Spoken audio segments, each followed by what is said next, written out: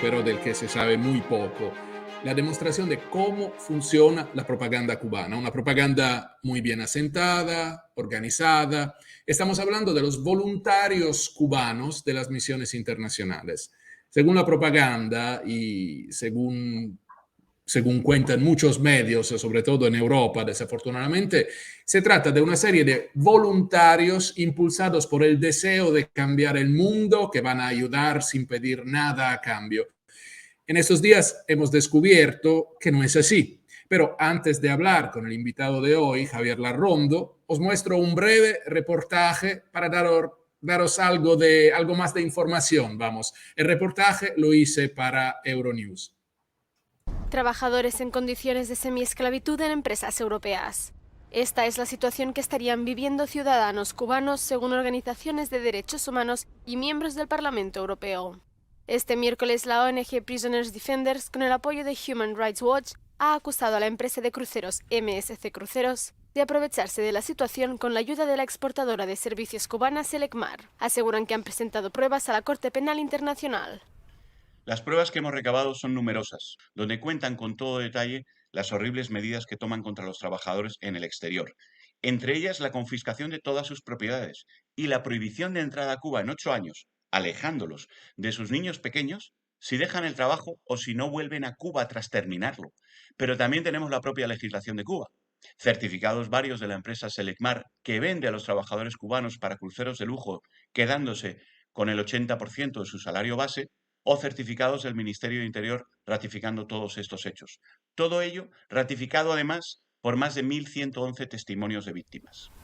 Euronews ha tratado de ponerse en contacto con MSC Cruceros, pero no ha obtenido respuesta. La exportadora de servicios Selecmar incluye servicios médicos y de salud, pero también la provisión de tripulaciones de navegación. Sin embargo, gran parte del dinero obtenido no va a parar a los trabajadores, sino al gobierno cubano. Según una de las vicepresidentas del Parlamento Europeo, Dita Haranazová, Europa no puede seguir tolerando este escándalo.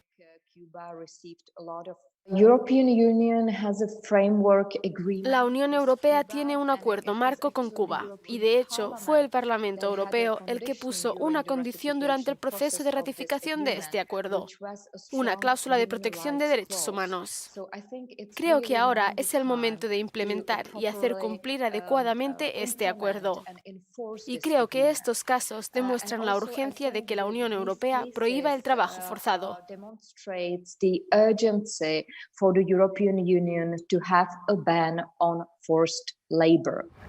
Los ingresos que generan las exportaciones cubanas de servicios constituyen la principal fuente de ingresos del gobierno cubano en el exterior, al menos desde 2005.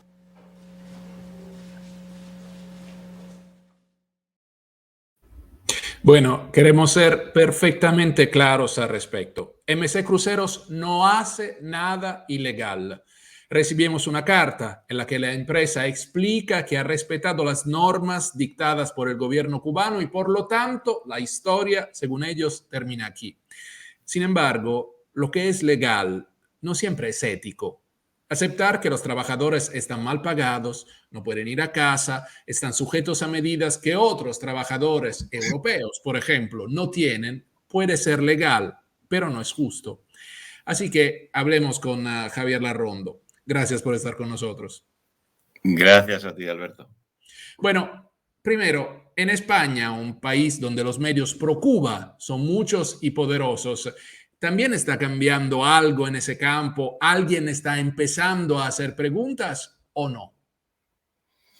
Bueno, vamos a ver, es una sensación extraña. Es decir, ya nadie defiende la posición cubana y lo que hace Cuba, pero no se atreven, hay medios que no se atreven a atacarlo. De hecho, hubo un medio que tenía toda la información, la redactora quería sacarlo y sus jefes le dijeron que bueno, cuando se ganase el caso en la Corte Penal Internacional ya sí sería noticia. Hay que esperar 7 años a que pase eso, porque la Corte Penal Internacional, ya sabes, Alberto, que funciona así. No, vamos a ver, aquí el asunto preocupante de la respuesta de MSC, yo hacía todo lo que el gobierno cubano me dijera. Bueno, si todo el mundo hace lo que el gobierno cubano le dijera, todo el mundo estaría cometiendo ilegalidades y crímenes de lesa humanidad. Entonces, no, no, la legalidad no va por seguir las normas del gobierno cubano, sino las normas internacionales de trabajo, las normas europeas de derechos humanos y otras tantas, ¿no? Y la legislación de derechos humanos de Naciones Unidas. Entonces, todavía queda la respuesta de si MSC está cumpliendo la legislación o no, porque no han respondido a esa pregunta. Han dicho, nosotros hacíamos lo que nos decía el gobierno cubano. Bueno, eso no es una respuesta para mí válida ni que sustituya a la principal, o sea, que satisfaga la principal pregunta. ¿Están ustedes cometiendo trabajo esclavo junto con el gobierno cubano sobre miles de trabajadores cubanos? Porque parecerlo, lo parece. El gobierno cubano ofrece explicaciones, siempre habla mucho, se llenan la boca de derechos de los trabajadores en el mundo. ¿Y qué dicen de estos trabajadores que tienen que trabajar bajo estas condiciones? Sí, efectivamente, cuando había muchos testimoniantes en la denuncia desde 2019 que eran médicos, ¿no? Entonces, las misiones médicas cumplen una función social que es importante y que el mundo tiene que tener esa función social. Pero claro, el tema que decíamos entonces era esclavitud versus salud. No se puede sustituir uno con otro, ni uno con uno ni el otro. Entonces, aquí la cosa cambia completamente, porque estamos hablando de cruceros de lujo, camareros. Y en los certificados consulares de Cuba dice que estaba en misión oficial, adjuntamos anexo. Y entonces en el anexo pone aprendiz dependiente de bar en MSC Ópera, MSC Cruceros.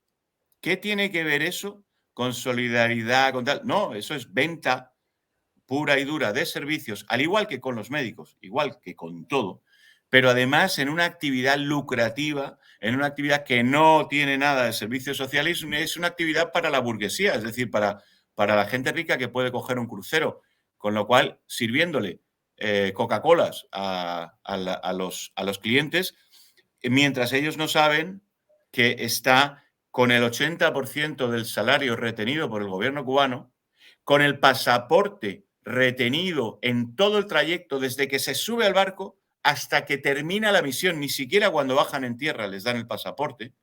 Y claro, son muchas cosas, acoso sexual, o sea, de todo lo que sufren, lo que nos han contado que sufren en esas misiones, en esos navíos, claro, es indefendible, Alberto. Ya no tienen por dónde defender lo que en realidad hacen, que es capitalismo esclavo. No es más que eso. MSC Cruceros, ahora no es que es el enemigo, pero MSC Cruceros es para el turismo lo que Apple es para las computadoras, yo que sé, lo que Microsoft es para los programas de computadoras. Es un gigante, es inmenso, es muy grande. Entonces, tienes que tener coraje también para denunciar algunas situaciones en los barcos de MC Cruceros. ¿Quién fue? ¿Hubo un primero o una primera persona? ¿Cómo pasó algo? ¿Puedes contarnos cómo Sí. descubristeis esta situación? Sí, nosotros tuvimos noticia de un juicio que se producía en un país europeo y conseguimos a través de, bueno, unas personas relacionadas con la abogacía, introducirnos y poder ver lo que se estaba dirimiendo. Y una vez que los documentos fueron públicos, los hicimos nuestros. Estábamos a la espera porque realmente el tema es abrumador. O sea, es una persona que sale de un barco de MSC con este tipo de trato, llega a un país europeo y entonces el país europeo le dice, bueno, ¿cuál es su situación? Y le dice, mire, como he salido del barco, no puedo volver en 8 años a Cuba, no me dejan volver. He perdido todas mis propiedades.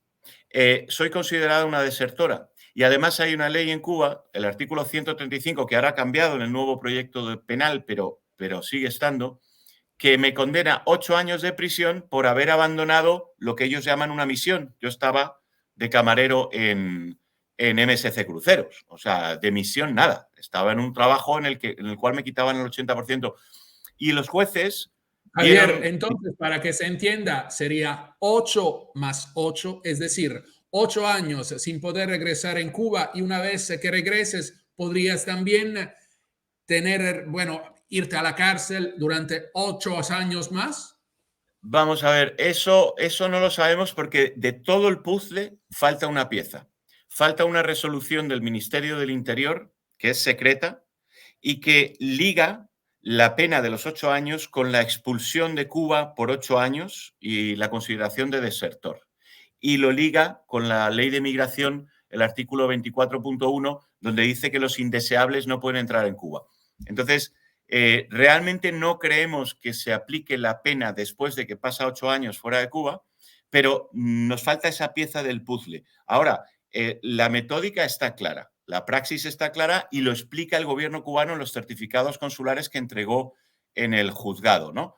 Y entonces cuenta como si todos los trabajadores cubanos que dejan el trabajo en el exterior tienen la pena de considerarse desertores, abandono de misión, y que es la tipología del Código Penal de los 8 años de prisión, y por lo tanto son expulsados de Cuba y no pueden entrar en 8 años. Y además se les considera emigrados, es decir, se les quita todas las propiedades. Bueno, pues esto lo presenta en un juzgado europeo una persona que no tenemos realmente una intimidad con ella, ni contacto con esta persona, ni nada. Lo presenta y el gobierno cubano presenta una serie de certificados donde cuenta todo eso. Cuenta cómo castigan a los trabajadores durante 8 años sin volver a Cuba, les alejan de familiares, de niños, de tal. Lo cuenta en función del Ministerio del Interior que les denomina desertores, luego abandono de misión, luego emigrados, y dicen que es irrevocable, inapelable y tal. Y además anexan los certificados de la empresa Selecmar, donde la empresa Selecmar cada semana dice, les adjunto al Ministerio del Interior, les adjunto los últimos, los desertores de esta semana. Ahí van, 6, 9, 6, 3, 5. Entonces, los llaman desertores a personas que dejan el trabajo o a personas que no vuelven a Cuba tras terminar el trabajo. Esa es la realidad de lo que están viviendo los marinos, los médicos, los ingenieros, los artistas. Ahora hablaba con una persona que ha trabajado en un barco de MSC como en una banda, ¿no? De música, era músico. Me ha contado cosas horribles, horribles. Entonces, bueno, pues víctimas de todo esto hay por todos lados y en todas las profesiones. Con lo cual, bueno, pues no tienen la salvaguarda de la salud, no la tienen, porque además en la salud el 56% de los médicos nos dicen que les obligaban a cambiar las estadísticas de salud. Es decir, que falseaban las consultas, los pacientes, las operaciones, los medicamentos que consumen para que el país que les está dando acogida consuma más medicamentos que les proporcionan ellos. Y luego acción política, o sea, hacen acción política en los países. En Bolivia, de 725 que figuraban como médicos eran 205. El resto eran todos agentes de la seguridad del Estado que había metido Cuba ahí. Entonces, esta es la realidad. La realidad es que tenemos a un país que va de, como decimos nosotros en España, va de guay y realmente es digamos, la banda criminal más organizada y con más conexiones que tiene el mundo en este momento. Ese es el valor de Cuba para China, Rusia y tal, las conexiones internacionales que tiene Cuba y el buen nombre. Se cuela como el agua entre bambalinas, entre cualquier hueco, y les estamos dejando pasar y les estamos dejando que invadan MSC, que invadan otras compañías. Una marino me ha dicho que trabajaba y que tiene un montón de amigos que trabajaban en la Fred Olsen. La Fred Olsen, aquí en España, en Canarias. Digo, no me lo puedo creer. O sea, todos están haciendo lo mismo. Entonces, tenemos un infiltrado, una banda criminal infiltrada a nivel diplomático en Naciones Unidas y en todo el entorno internacional, que además está proponiendo a empresas que lógicamente no se pueden calificar como más que bueno, pues de un nivel ético-moral reducido, está metiendo a esas empresas en hacer este tipo de trata de personas y este tipo de cosas que son horribles, ¿no? Esta es la realidad. Eso es lo que Un- tenemos con Cuba. una pregunta, incluso los ladrones a veces tienen, los falsarios tienen ética. Pero tú me contaste en varias ocasiones, por ejemplo, que estas personas no pueden hacer amistad con nadie, están bajo control todo el tiempo, no pueden pasear con alguien que podría eventualmente ser un enemigo de la revolución cubana. No, no, ¿Puedes no, no, no, contarme no. un poco este control obsesivo, casi como si como si estuviéramos en un libro de Orwell? Sí, lo dice la ley, ¿eh? La resolución 168 del Ministerio de Comercio Exterior, que estuvo vigente hasta el año 2021, y la 368, que es la que ha entrado en vigor desde el 1 de marzo de 2021, son idénticas y lo describe muy claro. No puede participar en actos sociales, no puede reunirse con nadie que tenga opiniones contrarias a la revolución. No puede tener amistades, debe reportar sus amistades sentimentales y sus amistades. No puede recibir regalos de nadie. No puede invitar a sus familiares a visitarles en el país de misión. No puede moverse de las localidades y provincias donde está asignado, pero ni en fin de semana, claro. No puede salir del país, tampoco en vacaciones. Ellos van de vacaciones solamente a Cuba, no pueden ir a ningún otro sitio, pero por ley. O sea, es que es alucinante leer la legislación cubana que aplica a las misiones, porque lo dice todo y todo lo cumple a rajatabla, ¿no? Alguien dice, el principal logro del diablo es haber convencido al mundo de que él no existe. Ahora, lo que pasa en Cuba, los derechos de los trabajadores cubanos en Europa, es un problema también para la Unión Europea. Si la Unión Europea aspira, quiere ser un gigante diplomático de los derechos, del medio ambiente, tendría que tener una ley en contra, por ejemplo, de ese tipo de trabajo, y no lo tiene. Hemos visto, por ejemplo, la vicepresidenta del Parlamento Europeo, Dita Charanzova, que es una buena amiga de Prisoner Defenders y que pelea para los cubanos, pero me parece que no cambia mucho. El Parlamento Europeo reacciona muy lentamente. ¿Por qué? ¿Tienes una idea? Son tan poderosos los amigos de los cubanos, porque hemos visto también lo que está haciendo, por ejemplo, el superministro de Asuntos Exteriores de la Unión Europea, Josep Borrell, un catalán, un español, que no me parece sea tan contundente, tan fuerte, tan crítico frente al régimen cubano. Sí, bueno, tenemos varias cosas. Por un lado, el Parlamento. El Parlamento Europeo sí se ha manifestado enérgicamente y está en contra de lo que está pasando en Cuba, pero no es el Ejecutivo. Y el equilibrio que hay en el Ejecutivo hace que tenga una independencia.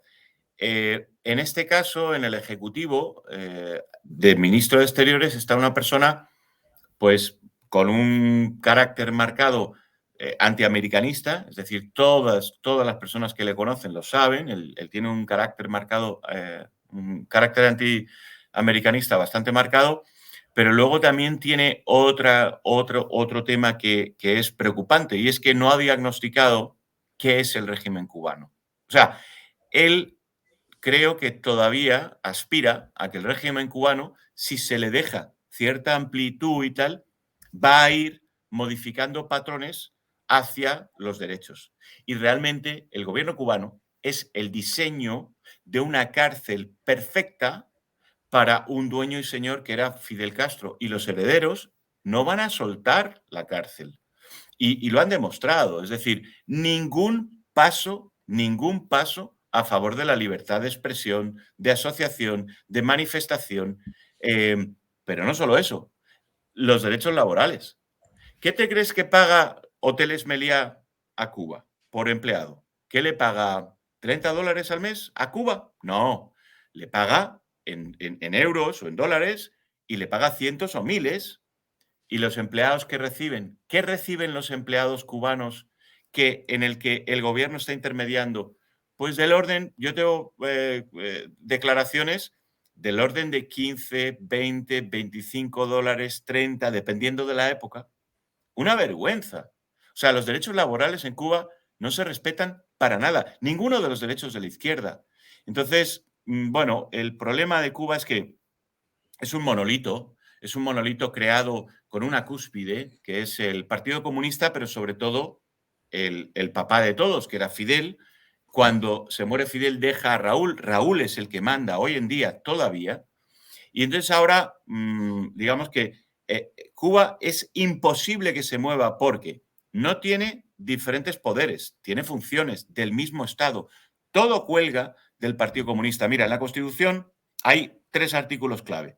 El artículo 4 de la Constitución dice que el sistema es irrevocable y que además los ciudadanos pueden defender la irrevocabilidad del sistema socialista y tal con las armas, que están autorizados para ello. O sea, el artículo 5 dice que el dueño del país, la entidad superior del país es el Partido Comunista por encima de todas las demás. Y el 229 blinda la operación porque cuenta que en cualquier caso no puede haber ningún mecanismo para romper la irrevocabilidad del sistema.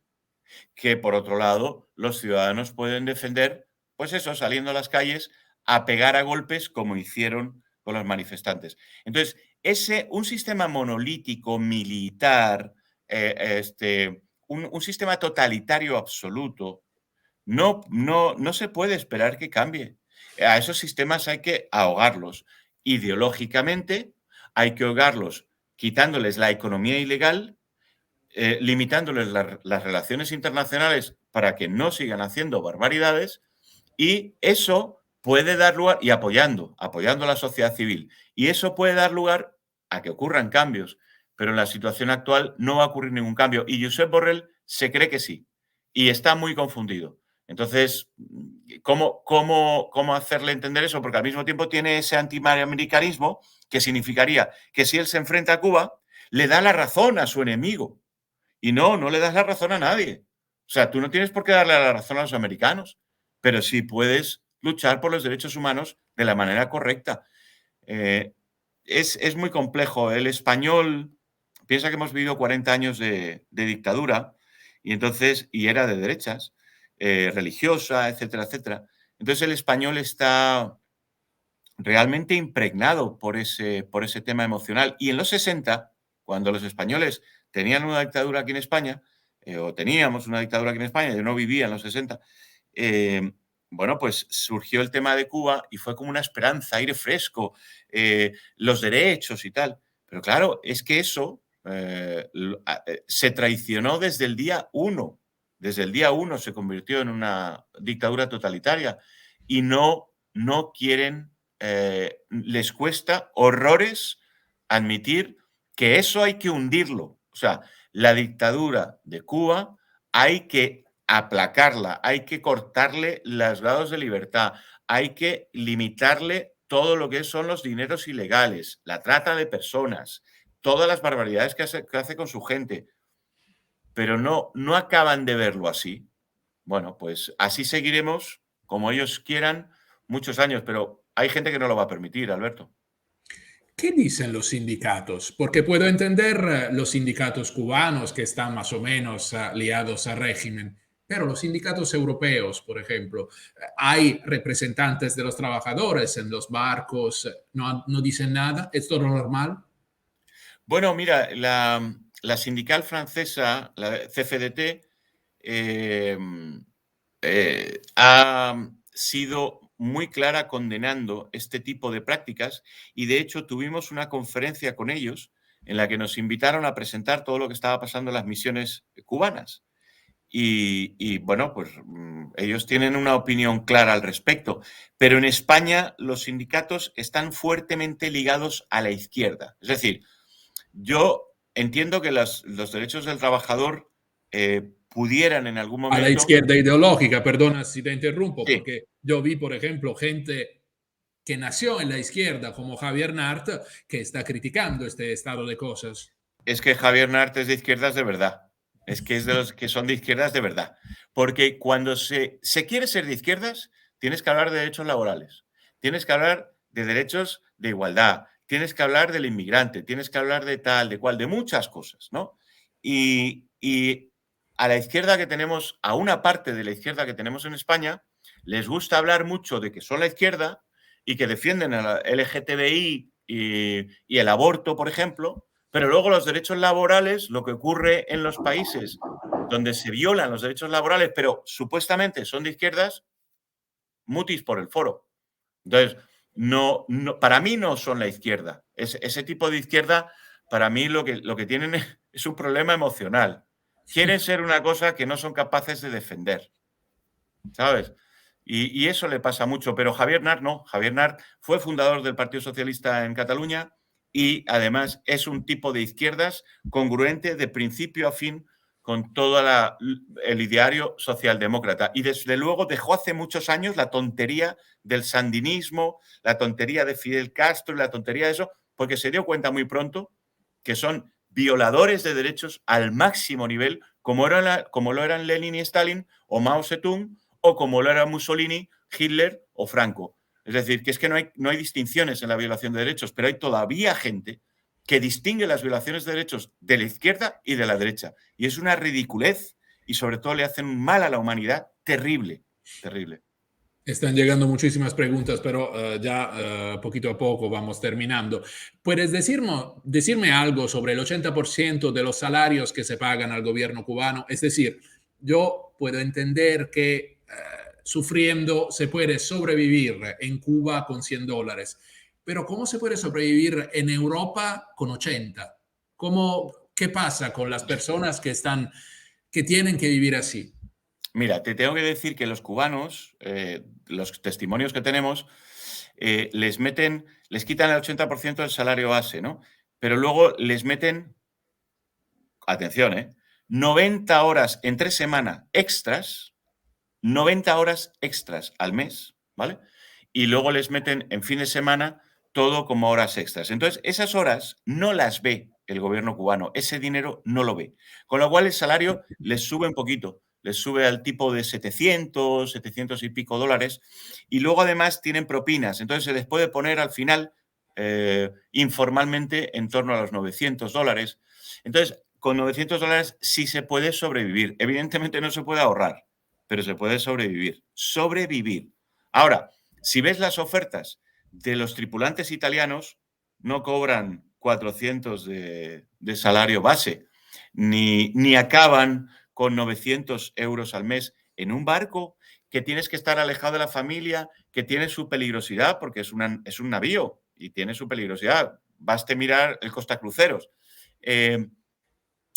Tienes una intensidad de trabajo, unas horas que son brutales. ¿Sabes a cuánto pone el contrato que les pagan las horas extra a los marineros cubanos? $2,9 la hora extra. O sea, es que ni en un Burger King.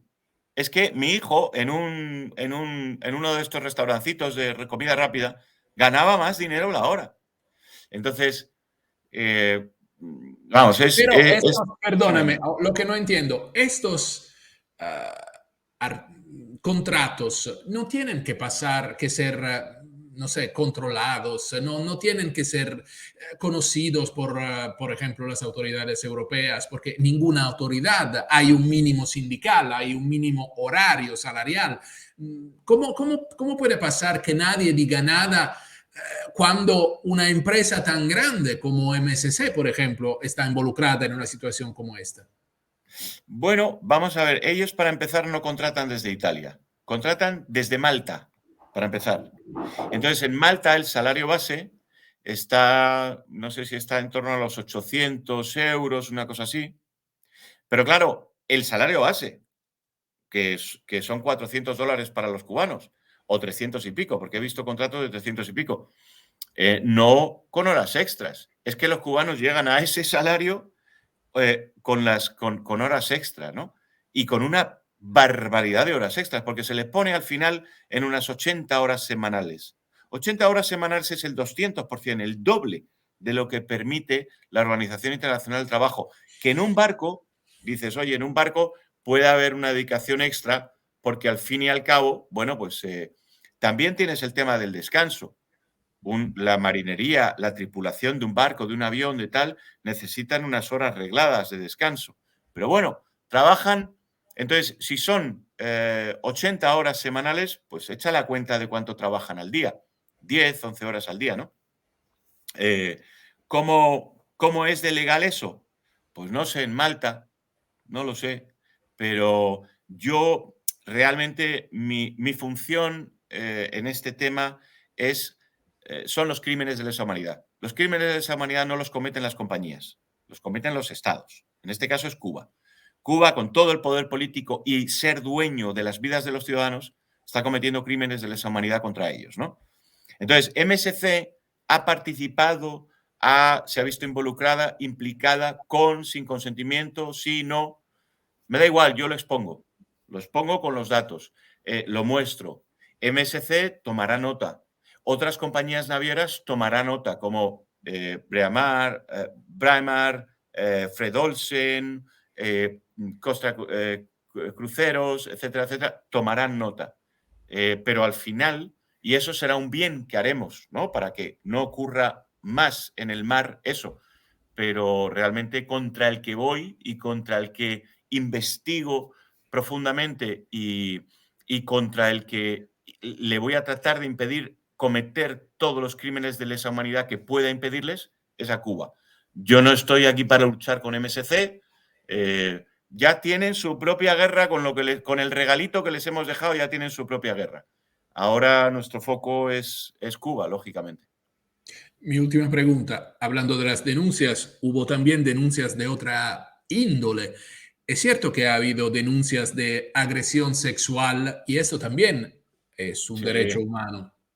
Sí, el acoso sexual, los 1.111 testimoniantes, el 40% dice que fueron víctimas o fueron testigos de acoso sexual por parte de los funcionarios cubanos, ¿no? En el caso de MSC también en el caso de los barcos, también nos han dicho que en las navieras se da esta situación y que en particular tenemos testimoniantes que nos dicen que en MSC se les ha dado esa situación y además era generalizada. Bueno, eso es un testimonio que está en congruencia con los 1.111 testimonios y nace de algo muy sencillo, Alberto. Cuando tú tienes a una persona que depende de ti, que le tienes el pasaporte, que le puedes mandar a casa cuando quiera, que tiene un gobierno totalitario que lo va a machacar si tú le echas, sabes que tienes poder sobre él. Y entonces, en cualquier momento le puedes decir, oye, te echo de la misión, ¿eh? Y si te echo de la misión, Cuba va a hacerte la vida un cromo. Entonces, será mejor que te acuestes conmigo. Lo utilizan. Personas malas, concretas, lo utilizan para ejercer poder sobre mujeres. Porque ya sabemos cómo son las personas, las mujeres y los hombres, todos. Pero en el tema sexual, los hombres, si les das el poder absoluto, un porcentaje de ellos te va a hacer esas jugadas. Y lo hacen, y lo hacen. Entonces, eso necesitan protección. Esas mujeres que están en esos navíos y también las mujeres que van en misión necesitan protección y no la tienen, porque nadie está moviendo un dedo, porque hablan de la defensa de las mujeres, de los derechos de la mujer, pero cuando ven estas situaciones no mueven un solo dedo. Esa misma izquierda rancia, que ni es izquierda, que se están cargando la palabra izquierda desde el año 59, la están destrozando, porque la idea de la izquierda podía ser: oye, vamos a buscar derechos, vamos a ser valientes, vamos a hacer reformas, vamos a hacer cambios. Podía ser bonita, pero se la están cargando. Se la cargó Marx, se la ha acabado de cargar Lenin y Stalin, Mao Zedong. Pero estos, desde el 59, los Castro, han destrozado la palabra izquierda. Entonces, hay una izquierda que no mueve un solo dedo por esas mujeres, 40%, 400 personas de esos 1.111 testimonios que han sido testigos y han sufrido el acoso sexual. Ni un dedo mueven. Entonces, bueno, pues allá su conciencia como pensadores de izquierda. No están ejerciendo ni de socialdemócratas ni de izquierdas. Bueno, esperamos haberos dado a todos un poquito más de información. Compartan esta discusión si les gustó. Muchísimas gracias, Javier, y seguimos hablando porque desafortunadamente creo que el problema no se va a solucionar pronto. No, no lo creo. Pero bueno, ahí estamos, hay que luchar. Gracias. Adiós, Javier. Gracias a ti. Un fuerte abrazo.